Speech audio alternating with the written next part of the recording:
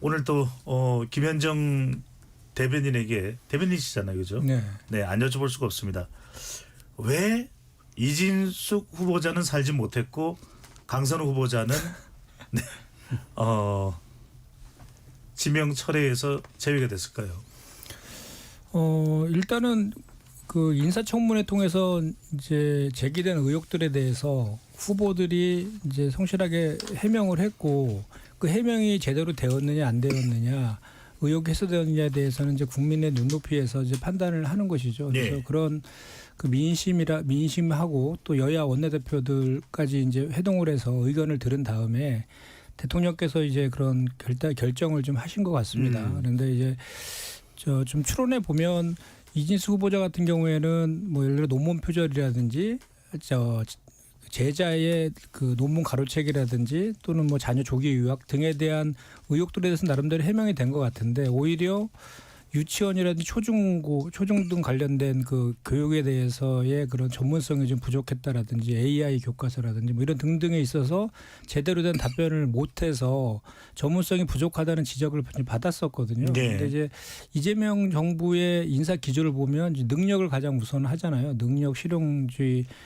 기반으로 해서 인사를 한다는데 그쪽에서 좀 그런 부족함이 이제 도덕성과 그 전문성을 종합해 봤을 때 좀 부족한 거 아니냐라는 판단을 좀 했던 것 같고요.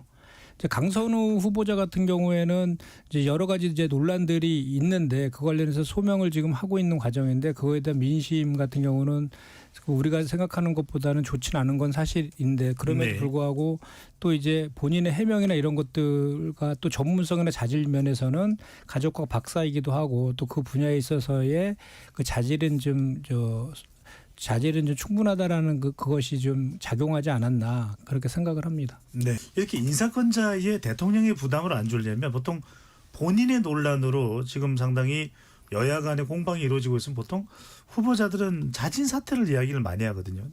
근데 자진 사퇴라는 모양새를 취하지 않고 지명 철회가 된 배경이 선뜻 이해는 안 갑니다, 의원님.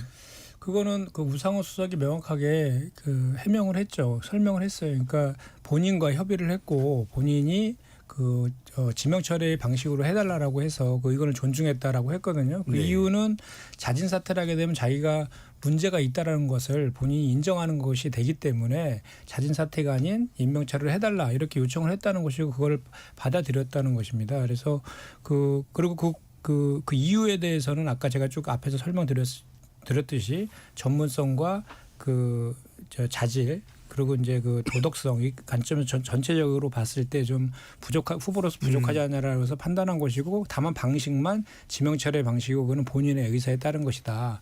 그렇게 이제 한 것이고 그건 제가 직접 확인도 해봤는데 그건 맞는 것 같습니다. 그러니까 네. 다만 그 이진숙 이제 낙마자께서 교육부 통해서 그 대통령 임명권자의 그런 결정에 대해서 존중한다라는 입장도 또 표명했다고 합니다. 공식적으로.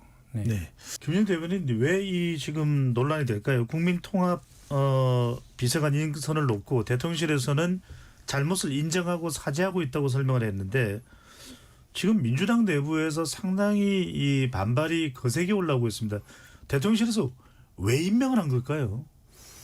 그러니까 이번에 그 인선을 하는 기준을 보면 능력, 뭐 실용 그리고 탕평도 중요한 그 기준 중에 하나였잖아요. 그래서 뭐 과거에 한나라당 의원했던 분도 법무장관으로 내정도 하고 이랬던 것도 그 맥락인데 이분도 아마 그런 맥락인 것 같아요. 그러니까 경청 통합 수석실이 과거에 이제 시민사회 수석실인데 거기 밑에 있는 국민통합 비서관인 것 같아요. 그래서 국민통합 관련된 것이어서 이제 아마도 그 상대 측 진영에 있는 분을 모신 것 같은데 저희 그 뭐 두 가지의 네. 그 시선이 있는 것 같아요. 저희 민주당 안에서도 오늘 이제 이 관련된 기사가 난 다음에 아무리 통합도 중요하지만 그래도 헌법적 질서라든지 뭐 민주적 기본 질서 이런 것들에 대한 기본적인 선은 지켜야 되는 거 아니냐. 그리고 통합이라는 것은 뭐 지역이라든지 진영이라든지 뭐 이런 그 거에 대한 통합은 있을 수 있어도 기본적인 헌법의 선은 넘어서는 안 된다라는 그런 비판적인 시각도 있는 것 같고요. 또 마찬가지로 이제 다른 시각은 조금 전에 이제 얘기한 것처럼 네. 본인이 그와 과거에 그렇게 했던 뭐 내란을 옹호했다 뭐 이런 책에서 이런 것들에 대해서 뭐 그 반성을 하고 이렇게 입장을 바꿨다는 걸 확인하고 그 새로운 정부의 이재명 정부와 개를 같이 해서 할 수 있다라는 것을 확인했다라는 또 그런 시각도 있는 것 같습니다. 그래서 그 내용들은 그 일단 사실관계에 대해서 먼저 정확히 한 번 더 확인해 볼 좀 필요가 있는 것 같고요. 저 사견으로는 만약에 이게 민주적 기본 질서라든지 뭐 헌법의 선을 넘는 그것이 그 만약에 그 저 해명처럼 그거에 대해서 반성하고 이런 것들이 사실이 아니라고 하면 그건 적합한 인사는 아닌 것 아니냐라는 좀 생각입니다. 네, 이럴 때 우리가 궁금해지는 것이 후보자들의 태도를 보면 되거든요. 자, 중간 집계에서 정청래 후보가 뭐 약 한 2배 가까이 2배 정도 약입니다. 그런데 지금 박찬대 후보는 이 남부 지역의 수해 피해가 아주 심각하자 이제 전당대 1층을 조정하는데 박찬대 후보는 미루자, 정청래 후보는 전대 1층을 앞당기자. 보통 이렇게 되면 좀 유불리를 정청래 후보자는 유리하게 판단, 박찬대 후보자는 좀 불리하게 판단 이렇게 봐도 되나요? 아무래도 앞서가는 후보 같은 경우는 저 일정대로 하고 싶어 할 것이고 좀 따라가는 후보 같은 경우 시간을 좀 벌고 싶은 그런 뭐 저거 심리는 있겠죠. 근데 그 문제는 이제 당 최고위에서 그 조정을 했기 때문에 일단락되었다고 보시면 됩니다. 이게 이번 주에 26, 27일 날 양일간 있는 그 순회 경선 호남권하고 경기 인천권에 대한 순회 경선은 취소를 하고 8월 1일이 전대거든요. 전대 날 한꺼번에 같이 현장 투표를 하는 거로 이렇게 결정을 했고 내일 이제 2시에 당무위원회에서 최종 결정만 남아 있는 그런 상황이어서 그 내용은 일단 일단락은 된 것 같습니다. 그러니까 서로 후보자의 태도가 한쪽은 빨리빨리 하자, 한쪽은 좀 늦추면 늦추자라는 것이 누가 유리하다는 좀 신호로 봐도 되나요? 그 아까 제가 말씀드렸는데 이렇게 유도 신문을 하십니까? 알겠습니다. 네. 저는 그 답을 말을 드릴 수가 없습니다. 알겠습니다. 25포인트 차이 나는 그 이유에 대한 해석만 좀 해보면은 중요한 궁금했습니다. 네. 이게 사실 저희가 국민 중심 정당을 표방했잖아요. 그래서 이제 권리당원도 거의 120만 명에 육박하고 있는데 그 이제 당원 중심의 정당으로 바꿀 때 그러니까 그 당대표 선출 기준들도 상당히 많이 바꿔놨거든요. 당원 중심으로. 그리고 지금 이제 원내대표 선거할 때도 당원들의 투표가 20%를 반영했끔 이렇게 지금 바꿔놓은 상태거든요. 근데 그런 과정에서 그 당원 중심 정당으로 만들 때 초기부터 10여 년 전부터 그 주장을 가장 먼저 하면서 가장 열심히 했던 사람이 정청래 후보예요. 그리고 이번에 그 공약에도 평당원 한 명을 지명직 최고위원을 하겠다라고 하는 거잖아요. 그러니까 그런 것들에 대한 진정성이 당원들한테 많이 좀 소구가 되고 있는 측면이 분명히 있어요. 그리고 또 하나는 이 우리 당원들은 집단지성을 발휘해서 이재명 정부가 성공하기를 누구보다 바라거든요. 그러기 위해서는 정말 그 뭐 검찰 개혁이라든지 사법 개혁이라든지 민생 개혁 입법 이런 것들을 정말 강력하게 추진하면서 뒷받침해줄 이제 저 당대표가 필요한데 실제로 이제 그 박찬대 후보 같은 경우에도 그동안 잘 해왔지만 정청래 후보 같은 경우에는 실제로 그 중요한 시기마다 중요한 역할을 맡았어요. 그래서 뭐 탄핵 국면에서는 법사위원장을 맡았었고 또 그 언론개혁 관련해서 가방위원장 시절에 그거를 시작했던 당사자거든요. 그러니까 그 개혁의 중심에 항상 있었고 그 개혁하는 모습들을 당원들 실제로 봤기 때문에 그런 이제 그 바닥에 그런 정서들이 있는 거다라는 것이고 또 하나는 조기현 우리 부위원장님이 얘기한 것처럼 이재명 대통령께서 명심은 둘한테 다 있다라고 이렇게 얘기를 했기 때문에 그런 것들도 당원들도 다 이제 들은 거 아닙니까? 이제 그런 것까지도 다 합쳐져 가지고 지금 선의의 그 경쟁을 하고 있다 이렇게 해석하는 게 저는 맞는 것 같습니다. 김문수, 장동혁 누가 더 당 대표에 2명만 놓고 봤을 때 당 대표의 당선 가능성이 높다고 보십니까? 저는 김문수 후보가 더 높을 것 같아요. 왜냐하면 지금 제가 봤을 때는 국민의힘이 소위 개파가 있다라면 지금 세 개파로 갈리는 것 같은데요. 친윤이 지원하는 장동혁 의원하고 김문수 후보 측하고 그리고 친한 게 이렇게 갈리는 것 같은데 그 뭐 방향성에 있어서는 탄핵을 소위 말해서 이제 반대한다라는 반탄파라고 할 수 있는 김문수 장동혁 후보가 이제 결은 같이 하는 측면이 있지만 실제로 또 친윤계 의원들이 김문수 그 후보를 상당히 싫어한다는 전언도 많이 있거든요. 그래서 김문수가 되면 다 보복당한다.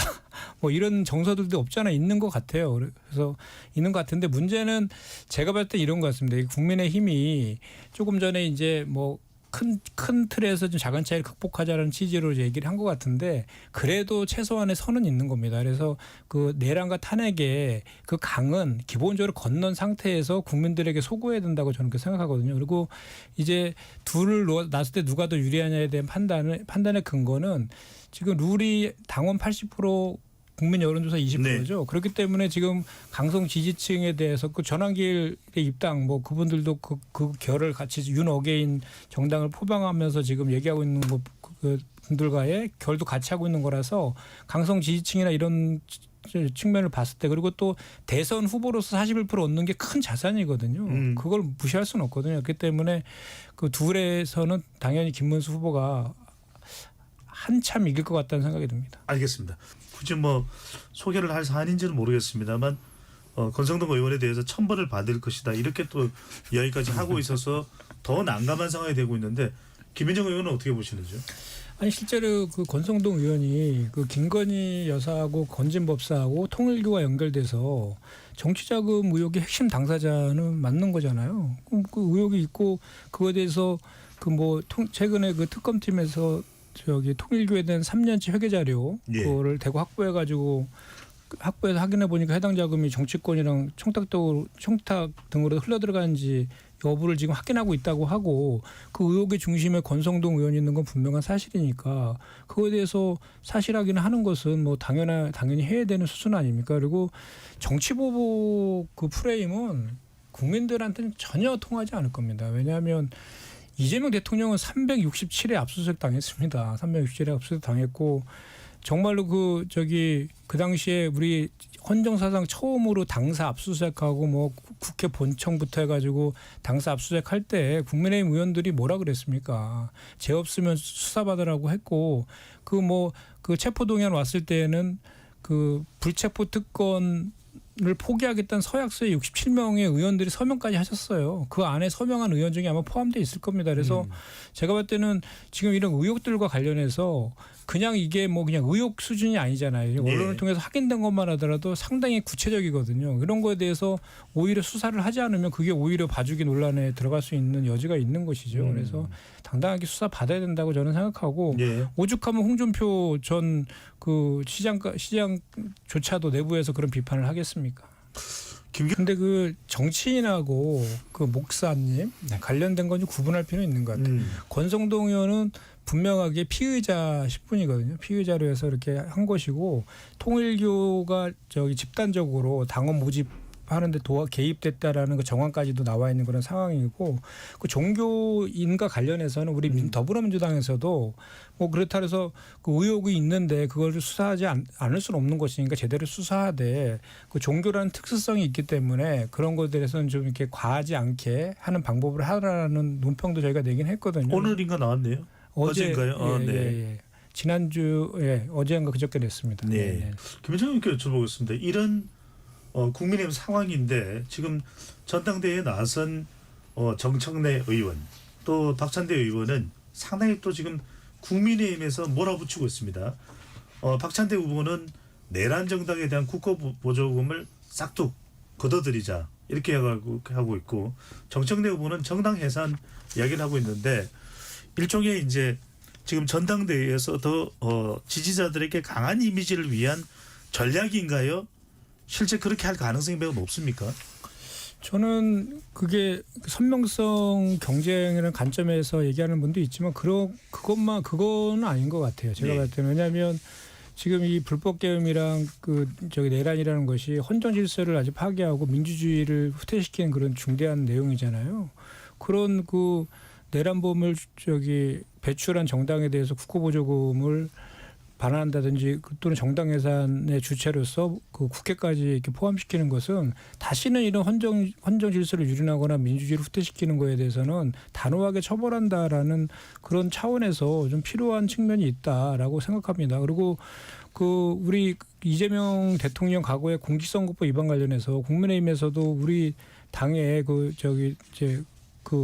국고보조금 대선 자금 그거 토해내라라고 하면서 가처분 신청까지 뭐 그때 했던 거로 제가 기억이 나는데 그만큼 공개세를 세게 했었잖아요. 근데 이것은 그 내란과 불법 개헌과 연관된 것인데 그 정당 예산의 그 사유 같은 경우에도 과거의 통진당 사례를 보면은 이석기 그 전 의원의 그 행위를 가지고 그거를 통진당의 행위로 봐서 위원정당으로 박근혜 저 정권 때 저기 제소를 해가지고 해산시킨 바 있지 않습니까? 예. 근데 지금은 국민의힘은 그때와 비교해 보면 훨씬 더 심각한 상황이잖아요. 네. 그 뭐 불법 체포영장에 그 자리에 현장에 45명 국회의원도 가 있었고 그 저기 뭡니까 그 계엄 해제 의결에 집단적으로 불참하고 이런 내용들에 대해서 지금 내란 특검에서 조사하고 있는 거 아닙니까? 알겠습니다. 그런 것들이 실제로 그 위법하다라고 판정이 된다라고 하면 그거에 대한 조치들은 뒤따르는 것이 오히려 그 맞지 않는가 생각합니다. 네, 김